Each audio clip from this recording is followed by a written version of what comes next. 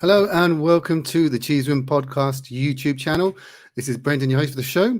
Joining me to look back on the Forest game, to look ahead to the Everton game, to talk about Spurs ladies' fantastic win in the North London derby, and all things Spurs. First up, it's Becky, looking very Christmassy. How you doing, Becky? I'm very good, thank you. Christmas holidays have started for me, so my blue Santa hat arrived today, ready for the weekend, so I thought I'd wear it. But yeah, I'm good, thank you. You look very Spursy Christmassy there. Never red. We love it. We love it. Nope. Also, not wearing a hat is Mr. Paul Muir. How you doing, mate? Hello, yeah, I'm good, thank you. Yeah, I'm all dressed in black, and if you hear some drilling outside, I've got Thames water straight outside. So, yeah, I actually got no water at the moment either, so hopefully they can get that sorted by tonight. And yeah, as they say, we go again, else I'm going to be stinking tomorrow. But no, I don't have a hat, but I'm feeling quite Christmassy and looking forward to talking about this. This should be good. Yeah, mate. Yeah, I mean, so did Thames Water work that late? Like it's 9 p.m. there. It's like, or was it just because it's an emergency or something? It's an emergency, mate. It's like a waterfall going down my road, and it's yeah, it needs to be sorted. So yeah. This is why I pay my bills. Anyway, this is a bit boring, but it's why I pay my bills, to get these people out. And it's like, but yeah, so they're drilling and they're pulling up manhole covers and all sorts. So yeah, hopefully by the time we finish tonight, I might have some water. If not, then stinky Paul. Anyway, let's move on. As Kevin says, skip the water, just have a straight whiskey. Badum. So I think if you are watching, please do give us a like, and any questions that you have, do stick them in the comments and we'll get to them as quickly as we can.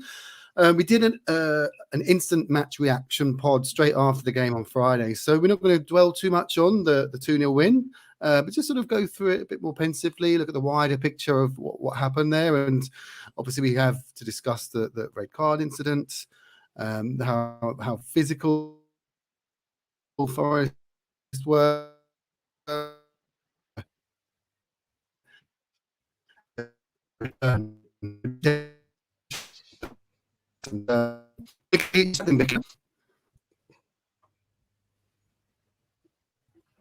Oh, did I cut out there?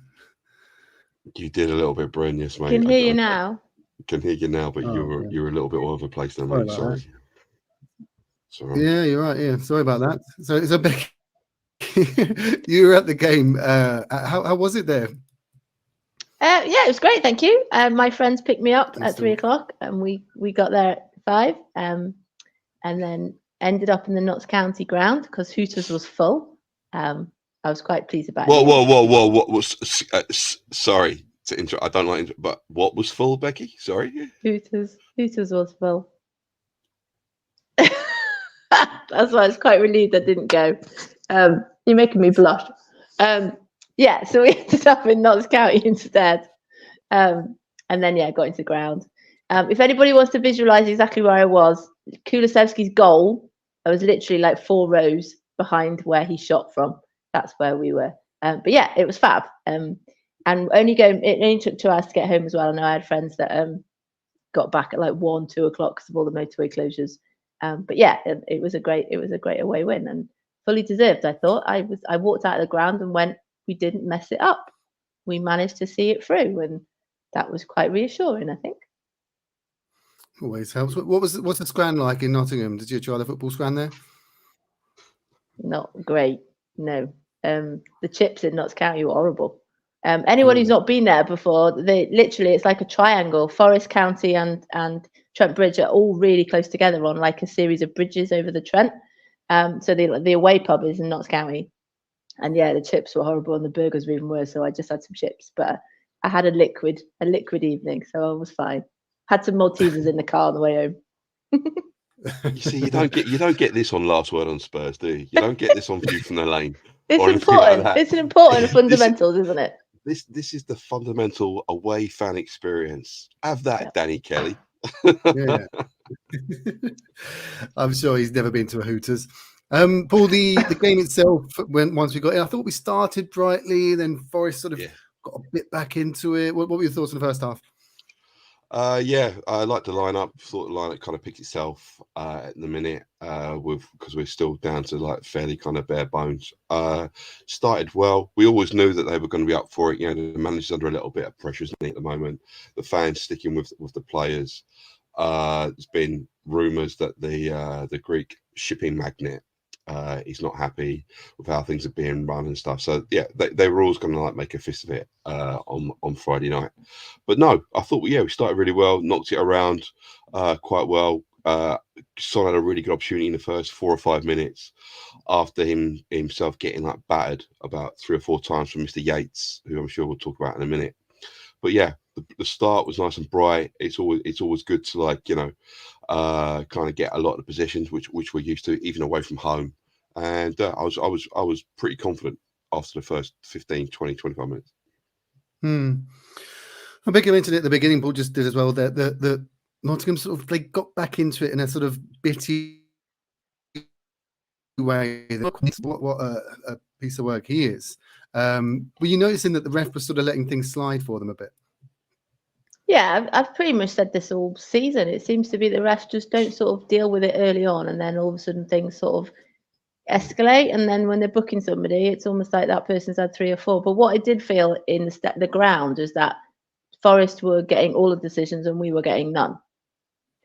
We just talked off air about Bissouma's foul. I couldn't really see where I was. It was kind of an angle that we couldn't see. As soon as we went to the screen, we knew he was going to get sent off. But I said that there were a couple yesterday that were overturned by VAR. And as soon as you sort of do everything in slow motion, we talked off air about whether there's intent and whether he kicks out. And I talked last week, I remember about the Arsenal Luton one. And it is, once it goes, once it's shown, then there's loads of replays, they're going to get given. The problem is it's becoming a bit of a common thing. And I think at the time in the game as well, when we were 2-0 up, he didn't even need to go in for that kind of challenge. We talked last week about Romero, and, it unfortunately put pressure on that we didn't need. I've said a lot of times this season, I just think in the Premier League, everyone that plays at home is strong, no matter who you're playing.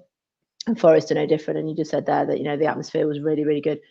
The only person I thought who didn't start particularly well was Johnson. I think he didn't deal with the kind of the atmosphere that well. He did get booed quite a bit when he was on the ball. Obviously, he had that injury, and then we had to make changes. Kulusevski starts in the kind of Maddison sort of role, and then as soon as Johnson goes off, he goes out on the right wing. So watching it back on Saturday in Sky, we're all like, oh, it's all Kulusevski's amazing. It's like they seem to forget that he played 2 positions on Friday night. So it put pressure on. Skip came on, Højbjerg came on. We're making these changes, because of Bissouma and substitutions that we didn't really want to have to make. But like I said, I'm pleased we saw it out.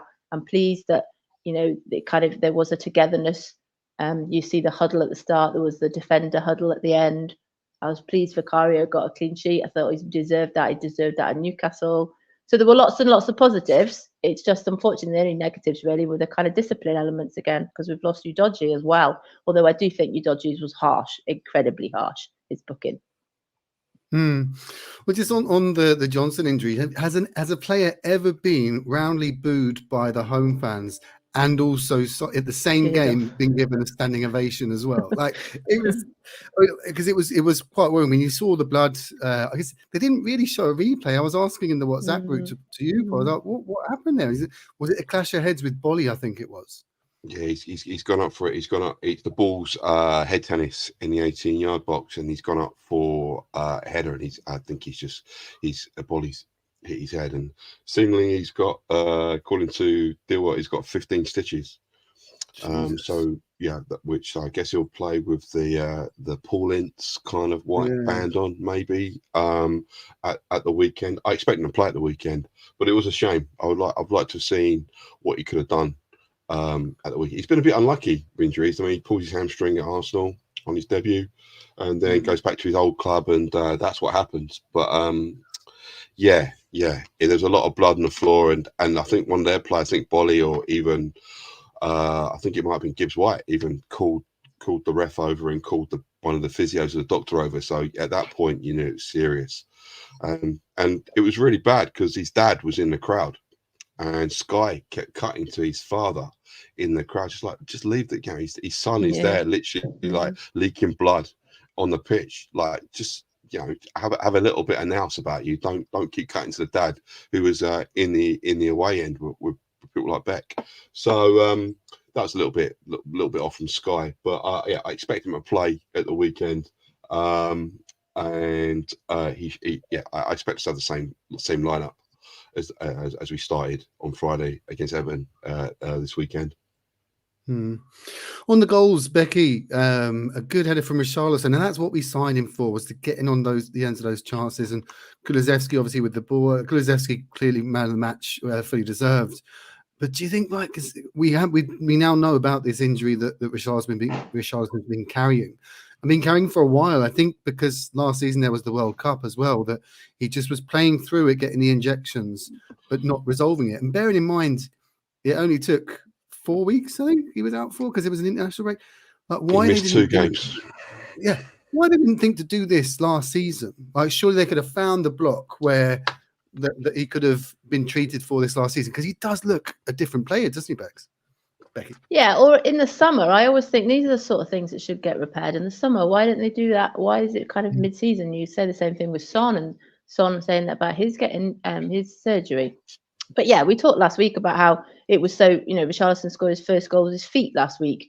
This weekend, this was more of a typical Richarlison sort of goal. Great cross from Kulusevski. Even my Dave texted me to say what a great ball it was. And then Richarlison's on the end of it. And I said as well, in the ground, it was a perfect time to score. I used to hate it when we used to concede just before halftime. It would just be so annoying. So it was great that we were doing that. I think, the more he is involved, the kind of the more confidence builds. We've got rumours again about Saudi Arabia wanting him. And, once he's playing well and he's scoring goals, there's nothing more we can ask for him. He was assisting early on when he was playing left wing, and now he's back in the middle and he's scoring goals. Hopefully he kind of kicks on. We said that last week. Yeah, exactly. And he has. He's delivered another goal. Paul, where are you? Do you notice a difference with Richarlison since coming back from that injury? Absolutely. Moves freer. Okay. Is more mobile around the pitch. Looks like he's moving better, in my opinion. And generally looks just a lot more confident in himself. And that's really, really noticeable. I like him. I didn't like him, as you know. I didn't like him out wide last season. He's crappy in build up and stuff like that, but he's got the perfect management edge, because the number 9 is there to finish it, isn't it? The centre forward's there to finish it. We talk about this a lot on the podcast. We talk a lot about it amongst ourselves. So Richie, needs to get on those crosses, and that was as Becky's just alluded there, and her husband texted her, was a great ball. I mean, he drops the shoulder, and Richie's he's in a good position with the 2 centre backs, and they're tall centre backs. Bolly's a big tall centre, and that ball just had enough kind of pace, dip, but fade on it as well, and he just hits it like in full stride and just glances. It was he missed a similar one earlier in the season. I think it might be against Newcastle. He missed a cross like that as well, and he didn't connect with it. But this one he got really, really good connection, and the pace is on the ball. So all he's got to do is just divert it a little bit to the side of the goalie, and it's in. But yeah, I mean, it's good to see him get in that position, and it's good to see him getting over that injury, because obviously, you'd like to think if that's going to take 4 weeks to recover, as Beck said there, why don't you get it done in the off season? Instead of going back home or lazing around the Caribbean or the Med on a boat, why don't you just get your injuries sorted and then hit the ground running, so you don't have to take those time? We don't know, what doctors tell them, but it seems common sense, doesn't it? But I'm glad it's done. I'm glad he scored a couple now. I wanted to keep. He's going back to his old club. He's playing his old club at the weekend. So we know he's an emotional character. We know the issues he's had over the last 6-9 months with the people around him and his private life and things like this. Let's hope that he can keep the emotion, and let's hope that he can prove, what we paid for, against his old club at the weekend. I'm looking forward to the game. I think he'll do well as well. I think he'll play well. Yeah, certainly with us losing Son to the Asia Games for quite what could be an extended period. South Korea are one of the favourites, so this could go sort of well into mid-Feb. If they do well, I'm hoping they don't. We do need goals. So the fact that he's sort of hit this form right now, it's good timing before we sort of get some of the players back. So we're hoping sort of Maddison will be back sometime in January as well. So again, some of the deliveries from the likes of Pedro Porro, from Kulusevski, from Maddison into the box means that the loss of Son shouldn't be felt that harshly. But sticking on our creative players before we get on to the guy on the naughty step, Becky, Kulusevski was superb in this game. And some of the stats that we've seen from him as well, published today, he's covered most ground of any player in the league, more touches in the opposition box than any player in the league. These are incredible stats from a player that's, I think certainly Spurs fans appreciate him. I still do think he's quite underrated for what he's delivering. Yeah, and the whole what I got back on Saturday, and Neville saying about how he's a 100 million player and all this business, is I like the fact that he's just kind of underrated and going about his business, and he speaks so well as well. After in the interviews, he was saying about how I've got to shoot more, I've got to use my right foot more, I can't be too obvious. So to see it, because to be fair, in the ground, I really thought when he kind of burst through, he was going to cross it, and to him just like bang it in the net was just brilliant. Yeah, I think he's just got such a mature head as well for his age. We keep saying about how young he is, and it's just, because it's 3 seasons, like we were saying about how he scored 3 consecutive seasons in the Etihad. It's that January that he came gives us hope that there are going to be decent signings in January, because it's all this idea that you don't buy anyone in January. We got Bentancur and Kulusevski in January. Yeah, I just think he keeps building, and like I said last week, the fact that he plays in multiple positions, and we've got other players that are able to play in multiple positions. I think we're talking about whether Solomon is back and Hill playing, and with Son not here, and kind of if we get near suspensions and things, players are going to need to sort of move around. And Kulusevski just did that so seamlessly on Friday, and like I said, was really kind of running at them. And yeah, I just love him. I just love the way he just goes about his business and just gets on with it, and but still continues to talk about how he wants to improve and get better. And yeah, he talks about how much he loves it compared to last year. It's no secret that he did not like Conte ball last year. So that again, kind of going back to Richarlison as well, they breed up of confidence, and Son's the same, and it's just this sort of, they like this kind of play. So yeah, I love him. Becky, were you at West Ham? No, that was the Thursday night, wasn't it? I had school. Okay. Did you see Kulu lose his temper with a ref at full time? Yeah, because I saw he got elbowed, didn't he, in the penalty area? That's why he's wearing his mask. Exactly. So that was really, really unusual. He got a flailing elbow. He got his nose broken. He's had his nose broken before, and he didn't realise it was broken. He said in an interview for a Swedish media outlet I was reading, and so it's very unlike him to lose his temper. Yes, I know he flashed out at Cucurella, I think, maybe 2 seasons ago, when he was nibbling at him. But Becky is right. He just gets on with it. And I was a little bit concerned seeing him like lose his temper with the ref, as I thought, oh, pressure's beginning to build. We've had a few games, we've lost games. What's going to happen? But he's come back now, and he's been our best, most consistent player offensively. Now Maddison is not there, I believe. I think I said on the podcast, and I got a few people, I thought that was his first goal with his right, but he scored a couple of times this year with his right foot. If I was the defender, quite rightly, I'm going to try and show him onto his right foot, because he's his weaker, quote unquote, his foot. But he just lashed it. I mean, if he can really become 80% on that right foot, that he's 100% on his left, you've got somebody like Son who can go both ways. Then that is a real offensive weapon. Then he's going to absolutely terrorize defenses. But he just never lets his head drop. You give him the ball, he's going to get fouled, he can hold it, he's got that kind of ungainly kind of gait and stride, and you think he's going to lose the ball, and he doesn't, because he's got really good feet, really, really good feet. And yeah, he's got such an engine as well, hasn't he? I know that sounds like a weird thing to say for a footballer, but he's got a really great engine as well, hasn't he? He never stops going.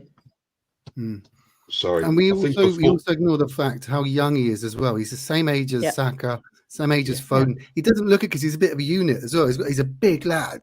And so he doesn't sort of have that.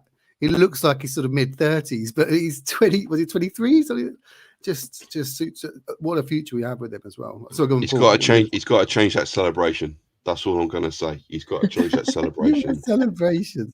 I know. Guy said he's the best basketball player in the Premier League, so I think he's going to stick with the basketball celebration. Oh, okay.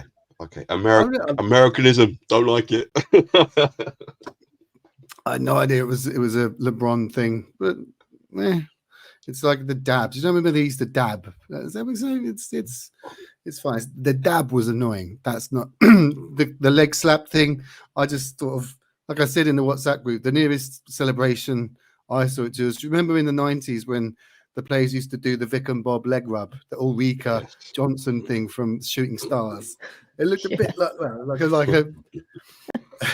But he said, didn't he, that he said as well it was a pre-arranged thing to go and get the ball, but this happened at City as well. Richarlison absolutely wellies it into he did that at City as well, which is why I thought he'd scored it at City. And you can see when you watch the footage back, because obviously this was the other side of the goal to me, is that you can see Kulusevski going, no, you need to go and get that ball back. We've pre-arranged this celebration, you wally. And Richarlison's like, oh yeah, crap, we're going to find a ball back. Here's a good point here from Dawson. Is this because he says he prefers playing in the number 10 role? No, is it? But he's been played out wide quite a lot for his cutting in.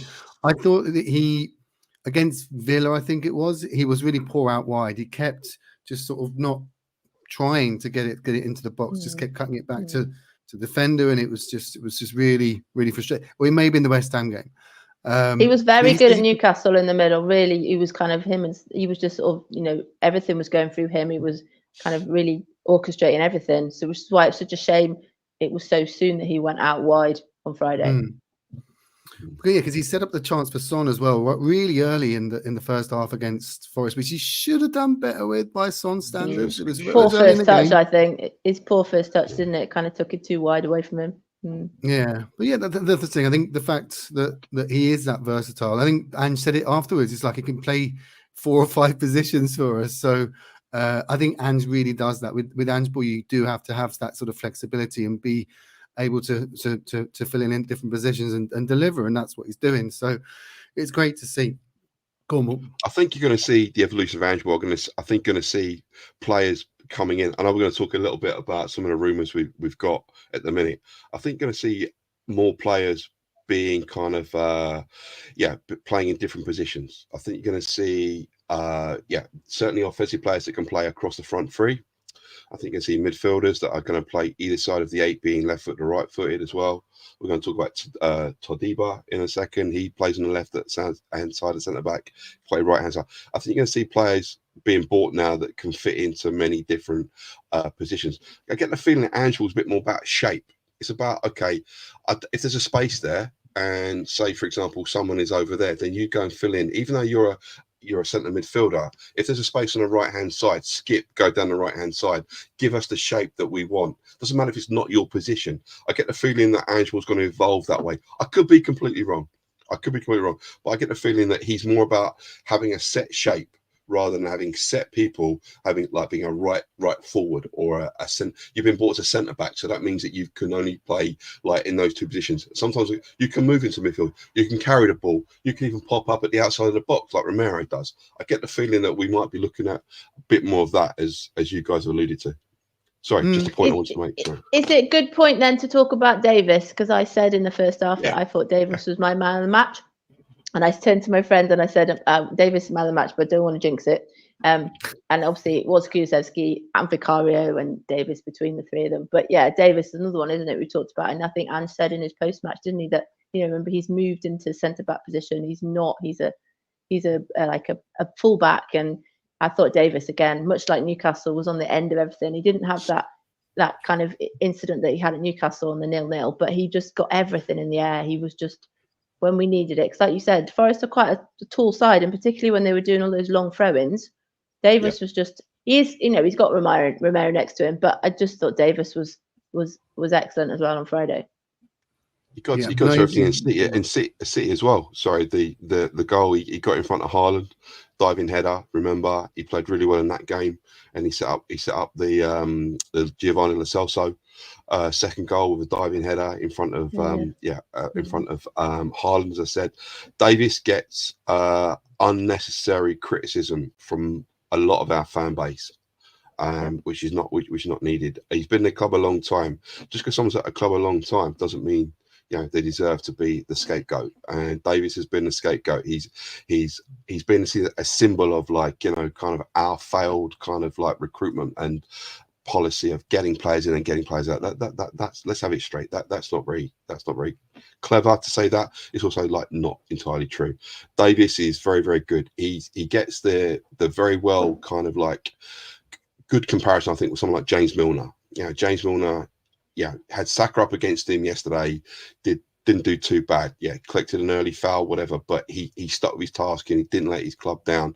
Davies is exactly the same. I've got no dramas with Mickey van de Ven being out for the next couple of games and Davies, being there. He moves the ball really well. Becky just said they try and target him with a long throw and long diagonal balls. He was good. He obviously has a very good understanding of Romero. You can see on some of the uncut stuff they show on the match day that the rest of the side really like him. He's very, very popular. Davies, bit of an cliche alert, bit of an unsung hero, but he doesn't get injured either. I don't want to jinx him, but he doesn't get injured. I can't remember times where he's been injured. Lo Celso, bless him. He's had a run of games. He scored and now he's injured again. Richarlison was injured. It's just Davies is just very dependable, and that's not a negative. That's not a reason to be negative. Being a dependable thing is not a negative thing. He's there when he's called upon, and he is always that consummate professional. He's left-footed as well. I just think if he's left-footed, it's an advantage. I've said this before. I can't remember anybody since Van der Ven's been out of exploiting our kind of lack of pace. When obviously Romero's quick, he's got good quick. I don't see anybody getting in behind Davies and really causing us a problem on Gibbs White tried on Friday. There was a few times him and Gibbs White had a few kind of tussles, but Davies always seemed to manage to get what he needed to do. You don't last 10 years at an elite club if you're rubbish. You just don't. So just give him a break anyway. Yeah, and I think, to be fair, I think most Spurs fans now do sort of see him as a steady Eddie. I don't think there are many out there that are just he's not where we want to be. If we want to be a top club, we can't have players like that. I think most people are he's a 7 out of 10. That sort of, it's very cliche, even this, but you know what I mean? I think he's better than Sanchez. When Sanchez was in the team, I was always worried that he was going to go to ground. He was going to do something kind of just random. He's just very dependable. And that's good. That is a good thing. And I'm with you. We have to talk about it, I'm afraid. The red cards. We were talking off air about it. I watched it back just before we started recording, and I'll be honest, when you slow it down, it looks bad, but I don't know. And Paul, you were saying about intent, and I agree with you that the intent shouldn't matter, but also each case should be observed individually, and you should look at the factors involved, the speed at which he's going at, the force, the angle, the part of the body. Part of the body, yes. Part of the body, you do not put your boot on the knee. You don't go up that high. But there was no force. There was no. The game just carried on straight after. There was no appeals from any of the players. And the chance was missed, and then it goes to VAR, and then he goes to the monitor. And when that happens, you know what's going to happen. But I just thought it was a harsh one. I think we should call out our players when they have ill discipline. This was probably a lapse of concentration, but I don't think a lapse of discipline from him. Okay. Last season there were 17 straight cards for the whole of the season. So far, this season, there's been 18. I think there's been a directive from the PGMOL or something where they feel they have to cut down on violent conduct or putting a player at danger. I think is in the rule book. That was a red, in my opinion. I'm glad VAR got in. I'm glad VAR was used in the correct manner in this way. That leads me on to. I'll come back to it. Bet, what did you think about the red card? Sorry, I'll come back to what I was going to say. But Bet, what would you like to say about the red card? Yeah, so I sort of said it was difficult to see where we were because we were quite low down. But watching it back, it's the same thing. It's the height. The problem is that I was more disappointed that we were 2-0 up. I think at the time, nothing was really happening. The ball had gone. Whether he's a little bit off the pace with his injury, or I don't know. He doesn't get. He's nowhere near the ball, but. You can see those given. It's just reading there about what John said about the kind of lack of consistency, as well as that there was some given yesterday and some not given yesterday. And both of the ones that were overturned, I think, was the Ben Mee one. the VAR overturns them.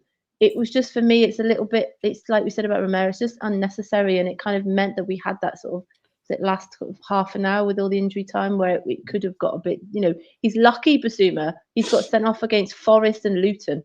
If he gets sent off against somebody more difficult, like Chelsea game, it's a different matter. And it's not made a difference to two. We've managed to ground out 2 wins in the games he's been sent off and get clean sheets. So the thing is, for me, is it's like we were saying last week about Romero, he gets sent off again. You've now got a 4-game ban. So Bissouma's got a 4-game ban, and then he's going to the African Cup of Nations. So we don't see him for ages.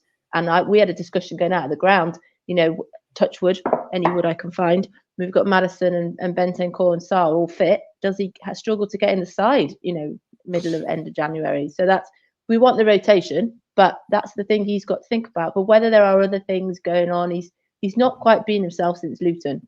But going back to the original thing, I wasn't surprised to see it given. It's just the consistency. You just want to see consistency across games. And from the referee's point of view, he said it was a yellow card. And is that a clear and obvious error? But we could debate that forever. No, Paul. Brent, can you just pull up John's comment that you had before? Oh, yeah, sorry, yeah. Please. This one here. Okay, so, yeah, this consistency thing. You're not going to get consistency when the rules are being down to individual opinion, i.e. a human being. You're never going to get the consistency.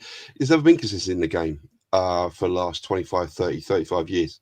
There's always been people saying this and this and that. Is it a handball? Is it not a handball? Was that offside? Was it not offside? Even before VAR and semi-automated offsides, we always had this kind of did the ref make a decision correctly or incorrectly? That is always going to be the way. Okay, I understand that it seems like we seem to be getting the rough end of some of these decisions. I don't think it's a conspiracy, not at all. I do believe that in handball, he wants us to get the ball back quickly. All right, he wants us to bite in, he wants us to be high energy, and he wants us to be at 85, 90%. We want us to be redlining it all the time in intensity, in play, get the ball back within 5 or 6 seconds after you've lost it. Okay.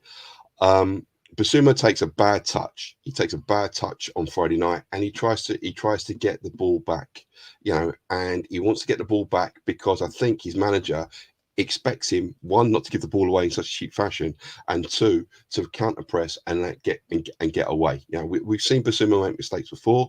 Man City, we've seen him get sent off for stupidity. Bissouma got sent off once for 4 seasons at Brighton. Okay. So this is not a flaw in his game. He's not an ancient relic. He's nothing like that at all. I think you've got to look at the way that we're trying to play football at the moment and think that we are going to go and fly for some challenges and cover some ground and try and get that ball back in the Oppo defensive third, i.e. our attacking third, or in the midfield quickly. I think because we play such a high line. So I think you've got to bear that in mind. That there's going to be more. We're going to get more reds before the end of the season. I guarantee you now we will get more reds at the end of the season. And in my opinion, players might have to adapt to the way that they might have to almost have that half a second think, I can't get that ball. I'm not going to fly into that challenge. And that's the evolution of a player within the system, in my opinion. Don't know what you think. No, I agree with you that the system plays a role. I think that also the fact that we do exert so much energy with our press, with the high intensity, that it can sort of delay us a bit. We can just be a bit lazier with the challenges themselves because we've been running so much, covering so much ground. So you just sort of stick out a leg lazily, and it's at the wrong angle and the wrong part of the body. So. And like you said as well, under instruction, that they're under instruction to win the ball back and not to lose it in dangerous areas. So it was under pressure in that sense, as you said as well. It was weird. Was it sort of in the same area of the pitch that he gave the ball away against Man City? It felt like. Anyway, maybe he was just like, that can't happen again. So it's like, right, get the ball back, and we saw what happens. Do you want to add anything to that, Becky? No, but I was just thinking while you were talking then, saying all of that and reading the comments about, it is a red, and it's more about the fact that Cash wasn't a red. The other thing that annoyed me is about Udodji's. I didn't think Udodji's was a booking, so we've lost Udodji now, and basically it was just a shoulder barge, like in no man's land, down by the corner flag and stuff like that annoys me. And we've got Sarr and Romero now have got 2 games to hang on to not get suspended as well. So like you just said then, there are going to be more bookings and just because of the nature that we play. I think sometimes when the game is so much more fast paced than last season, that if you aren't on it, that's when you make the lunges and that sort of thing. Which is why Romero's getting sent off last year, wasn't he? Because he's kind of having to do last ditch tackles. Like I said, I just think Bissouma's not quite been on it. He started the season so well, and we're like, yes, this is the Bissouma we thought we bought, and something's not quite right. And like I said, he was going to. Hopefully, if they're all fit, he's going to struggle to get his place back. Well, that's the thing that on that, Paul. Like, I think, do we play Bentancur then in the 6 and use Bissouma off the bench as rotation? Because, like I said, it's his second yellow card, his third suspension, because he was suspended also for the accumulation of the yellows. Is he taking one for the team, or is there an issue with him? I don't think there's an issue with it. I don't. I think he's going to go away now, and he's got 6-7 weeks away from the Prem with he's out of the kind of media spotlight to a certain extent. He's away from his teammates. He's away from the 24-hour, 7-day-a-week news cycle, which is the Premier League, and hopefully he can have a really good African nations. They'll go deep. They'll go well. They'll do well, and he'll come back at the end of January. And he'll probably play. If he replicates what he did for the first 7 or 8 games this season, I start him in front of Bentancur as a 6, and then I have James Maddison and Rodrigo Bentancur either side of Bissouma. I think that's our strongest, most balanced. So no Sarr. No Sarr. No Sarr. I think Sarr coming off the bench with his legs. I think someone of the ilk of, if Ollie Skip can get his head together and kind of just be a better fit for that wide 8 position than he. I think those are our options off the bench, so to speak. But I think our best midfield is Bentancur and Maddison, and I think with Bissouma, if he can regain the form of the first 7 or 8 games, I think he starts at 6. I think, but to answer your question as well, I don't know what's going on with him right now. He could be carrying something. He could be. He might not trust himself. I don't know. I don't know what's going on with him. But maybe he feels the pressure. Maybe he knows he's started so well. He was stupid against Luton. It was stupid. It really was stupid. Kicking the ball away and then doing what he did was silly. Maybe he feels like he feels the pressure more. He's let the team down more, especially with the injuries we've got. James Maddison being out, etc., etc. I'm speculating here, but if he can regain after coming back, being away for 4 or 5 weeks, 6 weeks, and come back and be the player we saw, then he starts as a 6. Well, let's wrap up that game then, and let's go on to another victory for Spurs. Today on the weekend, a historic win for the ladies team at Tottenham Hotspur Stadium, 1-0 over the Goons. It was a great goal as well, Becky, wasn't it? It sort of looked like a replica of Ange ball. It was Martha that got the final ball, but it was really good passing beforehand. Yeah, I think I did watch it on Saturday because, like I've said on here before, I've even been watching the cricket recently. The cricket's been absolutely shocking. If there's a space in the time and I'm at home, I will put some kind of sport on. And I went, oh, it's the North London Derby. Let's whack that on. So I didn't watch all of it. Watched most of the second half and a bit of the end of the first half. And yeah, I just thought really like the keeper. So we didn't talk much about Vicario then.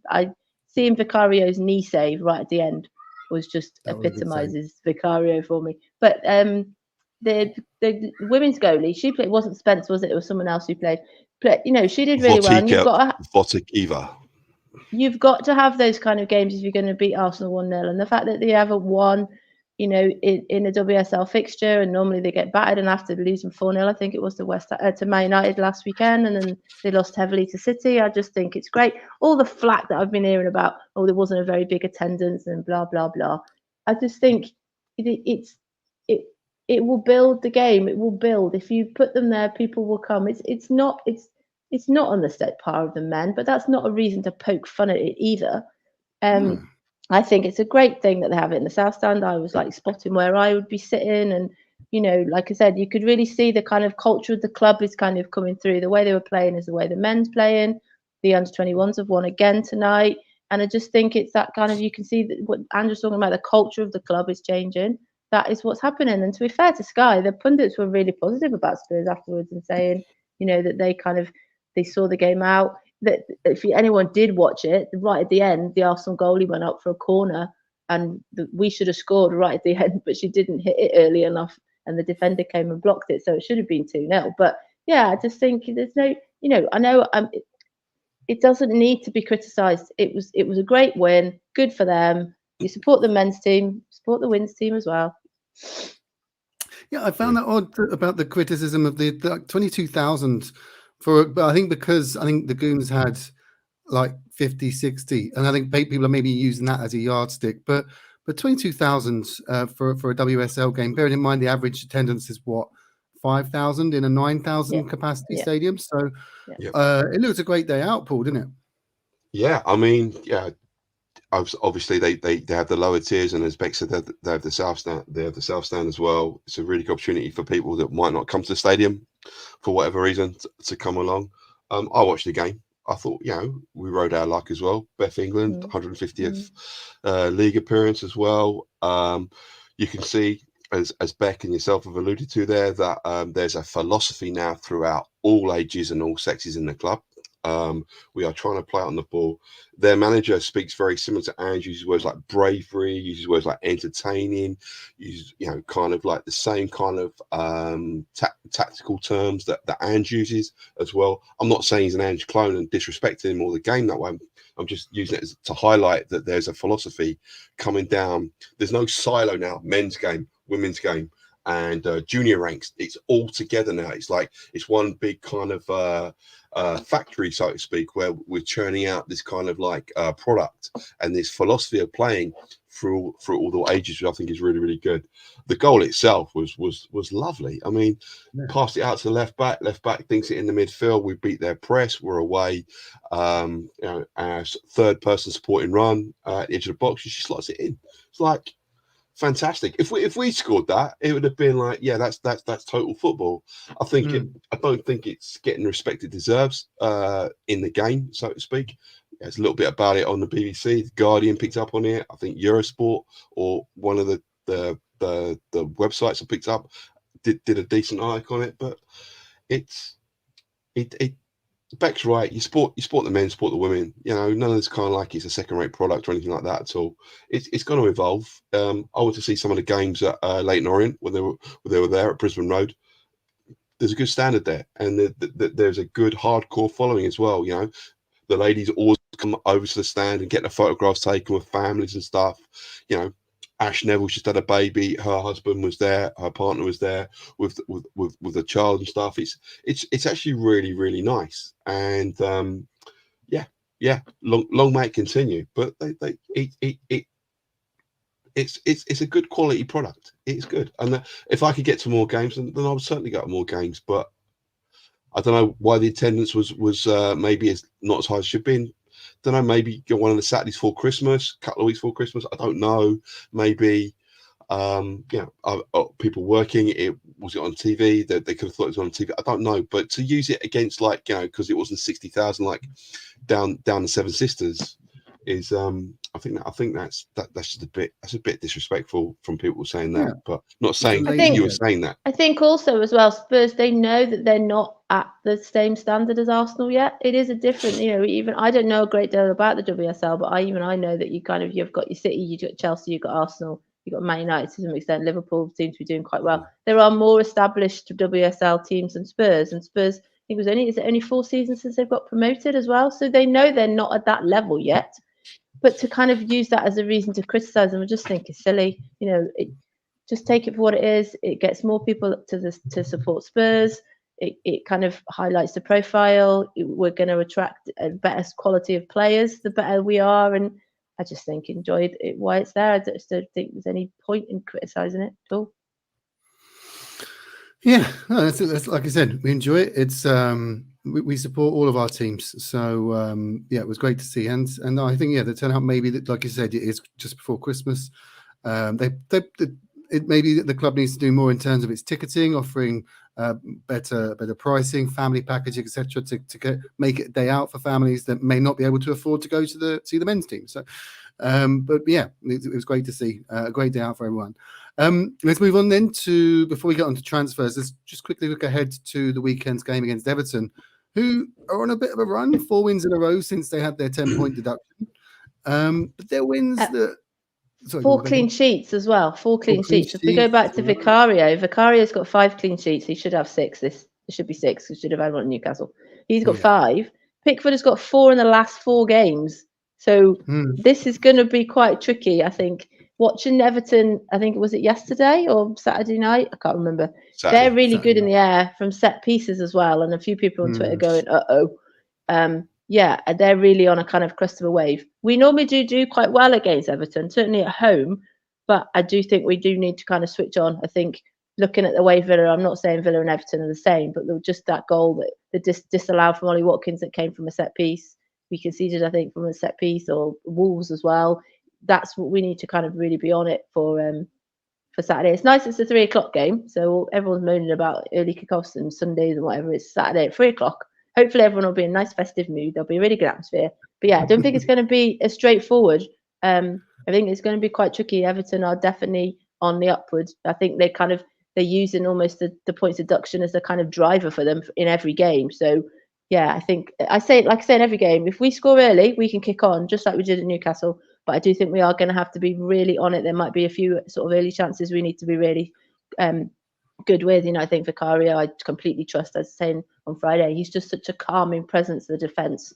And I do think even if you concede early, we can come back. But yeah, it's going to be quite a tricky one. Everton's obviously because of deduction as well. But I think even without that, Everton's position is not a true reflection of where they're at all.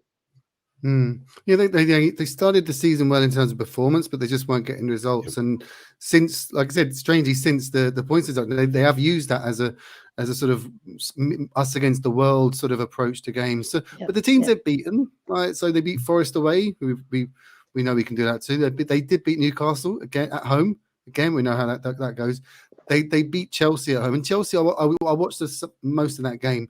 Chelsea were making chances, they just couldn't get anyone to finish them off. It was a weird one, and there was a good goal at the end for the youngster. And they beat Burnley on the weekend, but who doesn't beat Burnley? So these are games that you would probably expect a team like a good level Premier League team to win anyway.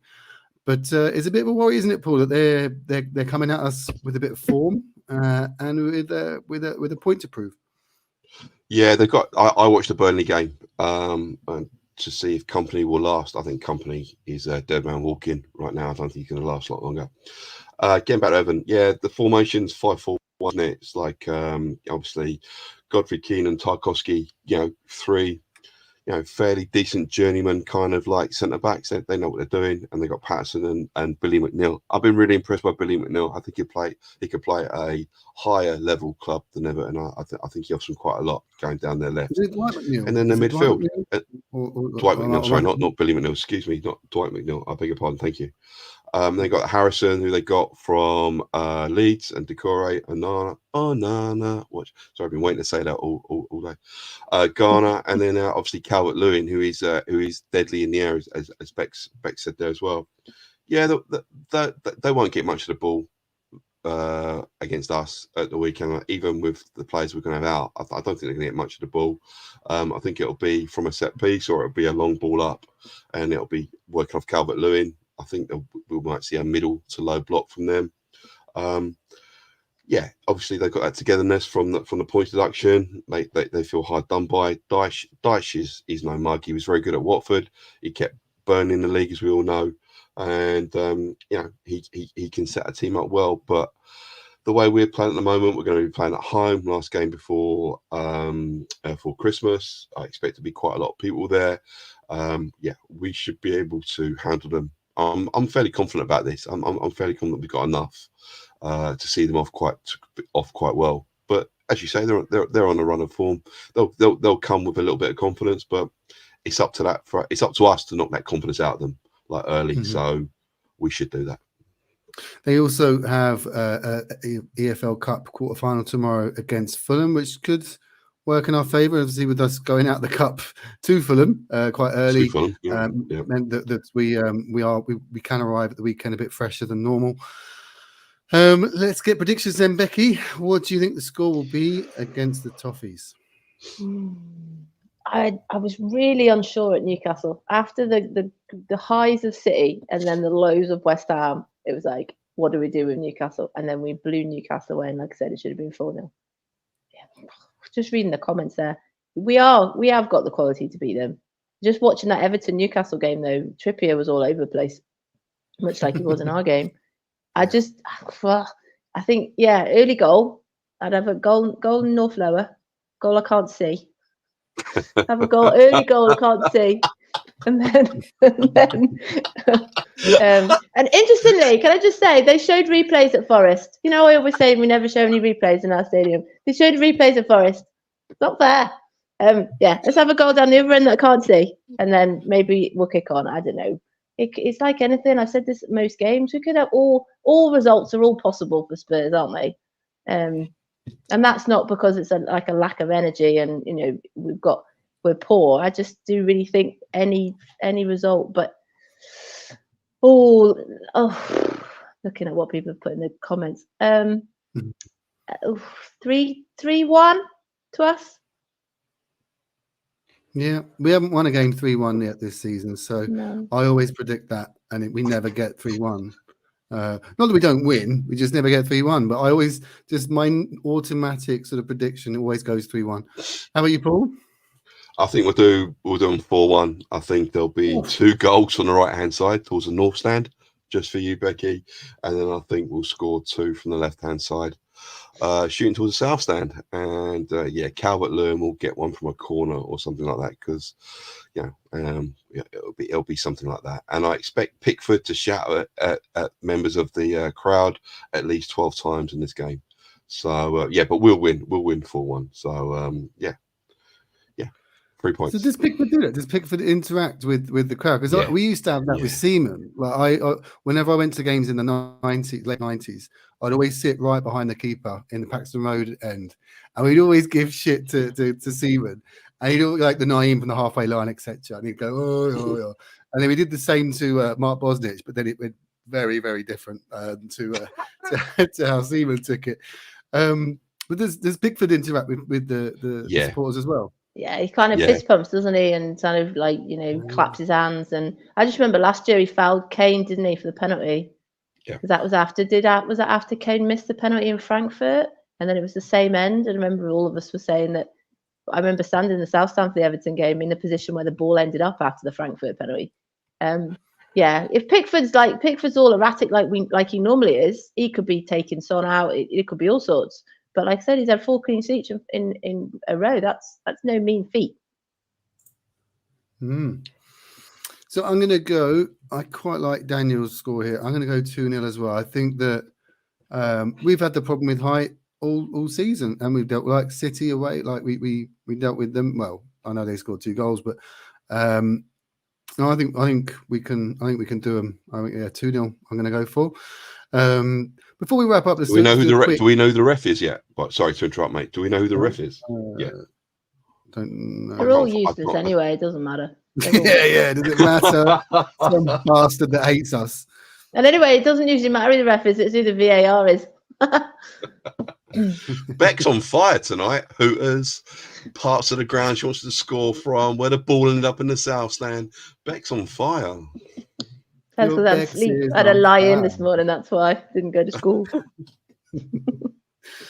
I do like the wings at Hooters. I like the wings are really good. The chicken wings are really good. They are. I wouldn't know. I don't know if it's the same in the UK. Like in South America, the wings are good at Hooters. Transfer rumours. Hooters the transfer rumours. So today we've again been linked with Jean-Claude Todibo from Nice. Who Paul and I we were looking at earlier. He does love a red card, so he'll fit in perfectly at Spurs. Paul, tell us what you know about Todibo. He was sent off at the weekend. Yeah. And he also has the record for the fastest red card. He got sent off in September 2022 after 7 seconds. Wow. Record breakers. Stick that in the trophy cabinet. Exactly. Jose, stick that in the trophy cabinet. 35 million, can play on the left hand side or the right hand side as a centre back. Very, very quick. Not very good in the air. And also doesn't mind arguing with the ref. So anger and temperament issues. Let's go and get him. He's gonna fit straight in. Let's go and get him. No problem at all. No, he's very highly rated. And he's lightning. He's very, very quick. He's not Van der Ven quick, but he's very, very quick. So I think that's probably one of the reasons why we're looking at him, because of the high line that we play and stuff. And as we alluded to 25 minutes earlier, he can play on both sides of the centre back pairing. So he gets that versatility that we talked about. So yeah. From what I looked at him for 15-20 minutes earlier, he seems okay. Man U like him, Liverpool like him, and so do Newcastle. So who knows? But if this is the kind of player we're getting linked with because of our new data analysis and stuff, then more of it, please. More of it. Yeah. Becky, have you? I'll be honest. I don't think I've ever seen Nice play. No, I've never heard of him. But reading Twitter this afternoon, everyone was saying that he got sent off and therefore he was made for us. But also they did say that he'd had all these clean sheets recent games. Just reading about what Jeff said about the Stuttgart striker. Is that who played Bayern Munich yesterday? Because I watched that game and he didn't really do much, that guy. I know he's a second goal scorer, isn't he, after Kane? But yeah, I don't know. I've said this one before. I don't know who anybody is. So I'll just go with the data and trust what's going on. I don't know. But yeah, going back to the Nice guy, yeah, if he's got a temperament issue, he'll probably fit in quite well. Exactly. Yeah. Sorry, it's Brett here. Said a bit linked to the Juve centre back as well. Is that Gleison Bremer? Which one you're referring to there, Brett? Bremer, obviously a Brazilian international, so I'd love him to come. But I think it's clear though that and I think Ange has said, look, we are getting a centre back in. We've seen how he sort of tried to patch things up since the Van der Ven injury and the suspension for Romero. Van der Ven though, like I think he is back in light training. He's on the pitch at least. I don't know if he's in full training. So that would suggest he's back running on grass. What was he running on before? A treadmill, a concrete, on all fours? What? Honestly, it makes me laugh. Van der Ven is back running on grass. Well, yeah. So what? What does that mean? But the latest I've heard about Van der Ven, Ben Dinnery from Premier League injuries, says he might be back by the end of January. End of Jan. Jesus. Yeah. Oh. Okay. Yeah. Any other rumours that we've seen? I still want an Outbound one. I think Becky spoke about it earlier as well. The Saudi interest in Richarlison. I think we should. And Lo Celso. It also the Lo Celso one with Lo Celso being injured again. Is it that we just let Barcelona buy him and let him go? Richarlison one, I think is like we said, he's on a good run of form. He said he's feeling fit. I did say as a cynic a few weeks back that he had his operation so that he would be fit for a move in January, but that was before he scored and started playing better.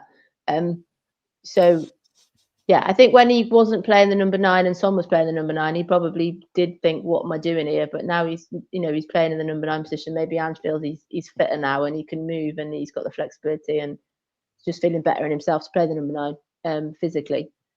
But yeah, I think I would rather Lo Celso go before Richarlison, I think, unless we have got somebody else coming in. So, and also that's just reminded me about Valise. I don't think Valise touched it on Friday. Did he come on for about 5 seconds? I think. Anyone didn't he take it off? Didn't the throw-in or the corner? Didn't he actually take it off the All corner? I saw him do was run, and then the final whistle went. Yeah. So, but going back to Valise doesn't kind of get much game time. So maybe he's not quite ready to be Richarlison yet. So if Richarlison is going, then we'd have to have someone else coming in. Yeah. Valise was an odd one for me, like because they're obviously they're world champions. There are really strong players in Argentina. playing out here. I'd say here, the neighbouring country to where I live. But it's not the sort of typical Argentine profile that we see from the likes of Aguero. And through the years as well, obviously Maradona, Batistuta was good in the air, but was never a big sort of lanky guy. So I don't know. We're using the data, we're running the numbers and stuff. So I'll probably be proven wrong in a year or two. It just seems like a bit of an odd one for me. But other teams are interested in him, so we got him. We'll see what he is. I do see him going out on loan though from Jan. He's not getting played. We've been linked again with Conor Gallagher. Well done. Through various kind of like, I like Conor Gallagher. I went to see Palace a few times, just down the road from me here, and I liked him when he was at Palace. I thought he was good. He works incredibly hard. Just run around a bit, but I think he's got good touch. I don't think he's. I think he can play in a variety of positions. So again, that alludes to what we're talking about, being able to play in multiple positions. He can play as a 6, he can play as an 8, he can play out wide as well. He's now he has got an engine on him. He's not going to fade at 65, 70 minutes for you. He's going to give you some drive, and he's going to give you some tenacity as well. I can see him. If we're interested in him, then somebody like Højbjerg is leading. If we're going after something like Conor Gallagher. But I still don't think Chelsea or Celtic, and he's playing loads. Like Pochettino loves him. He's their captain, isn't he? He's captain now, I think. I agree with you, Paul. I'd take him, but I just don't see it. I don't see them letting him go. Even with Abramovich not being there anymore, there's still the sort of lower level people that will refuse to do business with us. Was it Cudicini, the last player we got from Chelsea? It was Cudicini before or after Gallas? I think Gallas came from the Goons, didn't he? Did Gallas play at Chelsea as well? He played for both, yeah. But I think we bought him from Goons. I think because I remember thinking, "Wow, we bought an Arsenal player. What's going on there?" I might have it would have been Cudicini then. Yeah. All right. Any other transfer rumours? Anyone else that wants to put something in the chat? Any rumours that you want us to discuss before we round off for the day? No, I haven't got anything from me. AVB, that's a point by Brett. AVB. Well, because he was sacked by Chelsea, so we didn't really sign him from Chelsea. But yeah, the last player. So guys, are we going for over an hour? And yeah, thank you very much for your time. Thank you, Becky. All right, thanks for having me. That went really quick. It's my last show for a while now, so Merry Christmas, everybody, because obviously Mondays are all the Christmas Day and New Year's Day. I'll be back in January, but hope everyone has a nice festive time, and we win lots in all the matches in between. I'm going to all of them except Brighton. I'm not going to Burnley, but I'll be back on, I think it's the 8th of January. But yeah, Merry Christmas, everybody, and Happy New Year. Thank you. Yeah, that's a good point, Becky. Actually, we won't be doing a Monday show the next 2 Mondays because next Monday is Christmas Day and the following is New Year's Day. So I'm sure you'll find other shows from us in the middle of those weeks. Paul, thanks for joining. Yeah, no dramas. Yeah, have a good festive period, everybody, and I hope you've all been good and get what you asked for Father Christmas, Santa Claus, and come on, you Spurs. Yeah, as always, do look out for the other shows coming out in the week. There will definitely be one on Friday. There may be one on Monday. And see you next week. If I don't see you before, have a wonderful Christmas. Thanks for watching. Do give us a like before you go. And as ever, come on, you Spurs. Come on, you Spurs.